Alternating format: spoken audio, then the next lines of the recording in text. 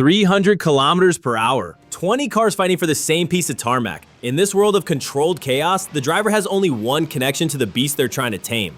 This. It's far more than just a steering wheel. It's a mission control center, a communications hub, and a strategic weapon, all squeezed into a package of carbon fiber and silicon that costs more than a luxury sports car. To the uninitiated, it looks like a hopelessly complex video game controller. And in a way it is, the most advanced one on the planet. But there are no extra lives here. Every single button, dial, and paddle is a vital tool in the high-speed chess match of a Grand Prix, where a decision made in a millisecond can be the difference between victory and disaster. Forget the simple left and right of a road car. This device allows the driver to remap the engine, redistribute brake force, manage the hybrid system's energy deployment, and fine-tune the car's balance, all while navigating a corner pulling 5 Gs of force. So how did the humble steering wheel evolve into this technology seal marvel? What secrets are hidden behind its cryptic labels? Let's decode the command center of a modern Formula 1 car.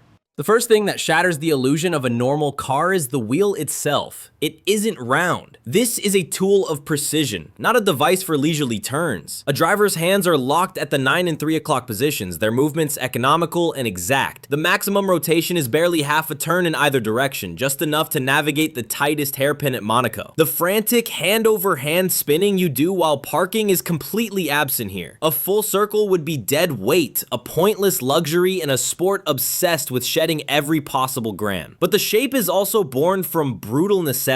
An F1 cockpit is a carbon fiber survival cell, custom built around the driver. They are reclined almost lying down, with their eye line barely peering over the chassis. A traditional round wheel would be a massive obstruction, blocking vital sight lines and instruments. The compact, often rectangular form is the only solution, a perfect marriage of function and the physical constraints of the car. That function extends to the feel. Each grip is a perfect 3D scan replica of the driver's hands, molded in high-friction silicone. This ensures an absolute unshakable connection to the car's front wheels. This journey from the polished wood of the 1950s is culminated in this, a lightweight, immensely strong carbon fiber chassis designed to be the ultimate extension of the driver's will. Now let's look behind the wheel at the controls a driver touches hundreds of times a lap. These are the instruments of speed. Dominating the back is the gear paddle. It's usually a single, beautifully sculpted piece of carbon fiber. A pull on the right with the middle finger, an upshift in just 5 milliseconds. A pull on the left, a downshift. It's faster than a blink, a seamless transfer of power that feels less like a mechanical action and more like an extension of the driver's thoughts. Below the gear shifters lie the clutch paddles. There's no third pedal here. The most critical moment of the race, the start, is performed entirely by hand. This is a ballet of precision. The driver holds one paddle to find the perfect bite point, that razor's edge where the engine is straining to unleash its power. As the lights go out, they release it, modulating the second paddle to feed the torque to the rear wheels without sending them up in smoke. For years, teams engineered clever dual paddle systems that made this process almost foolproof, but the sports rule makers banned them, deliberately reintroducing the human element. They wanted the risk, the chance for error, the raw skill that separates the great from the good. Today, a botched start can end a race before the first corner, and it all comes down to the millimeter perfect finesse in a driver's fingertips. And there can be more. Many drivers have a third or even fourth paddle customized to their preference. This might be a dedicated button for the drag reduction system, or DRS, allowing them to activate it without moving their thumb. For others, it could be a shortcut to cycle through different pages of data on their main screen. Every element is optimized for instinct and speed.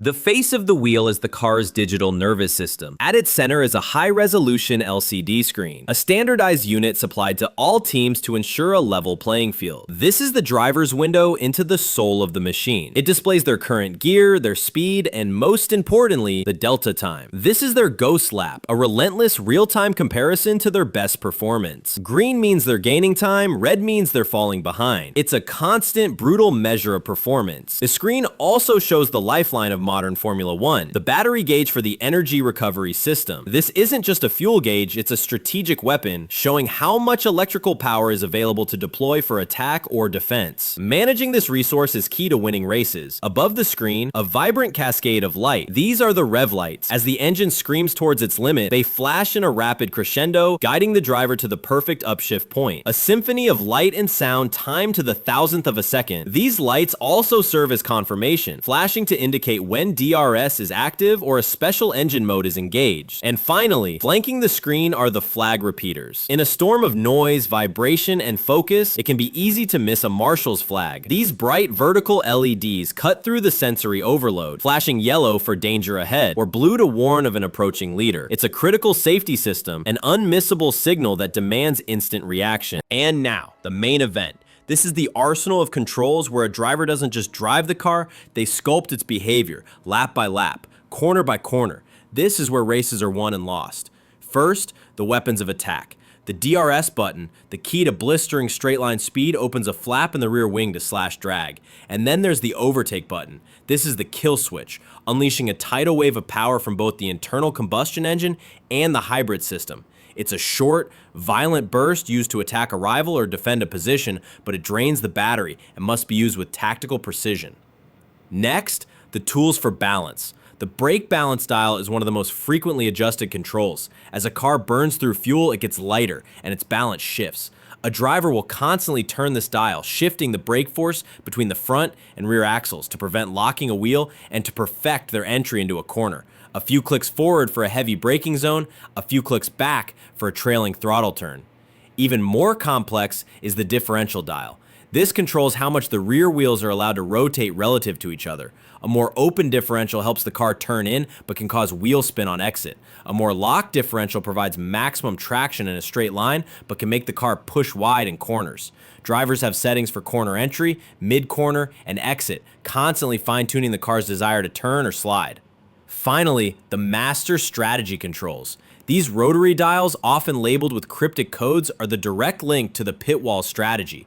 They control engine mapping, fuel mixture, and the rate of energy recovery.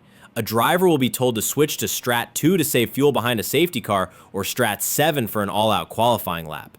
These settings are the team's most guarded secrets, the hidden playbook that dictates the pace and life of the car. Each of these incredible devices costs anywhere from 60,000 to over 100,000 euros. They are fragile, bespoke pieces of technology containing over a kilometer of wiring and hundreds of individual components. They take weeks to assemble by hand, and yet they are subjected to the most violent conditions imaginable. Drivers must know every function by heart, operating them on pure muscle memory while their bodies endure bone-jarring vibrations and G-forces that would make the average person black out. So the next time you watch a race and see an onboard camera, remember what you're truly witnessing. You're not just watching someone steer, you're watching a pilot, an engineer, and a grandmaster strategist all at once, conducting a symphony of technology from their fingertips at the very limit of human and mechanical endurance. The Formula One steering wheel isn't just a part of the car, it is the very heart of the drive.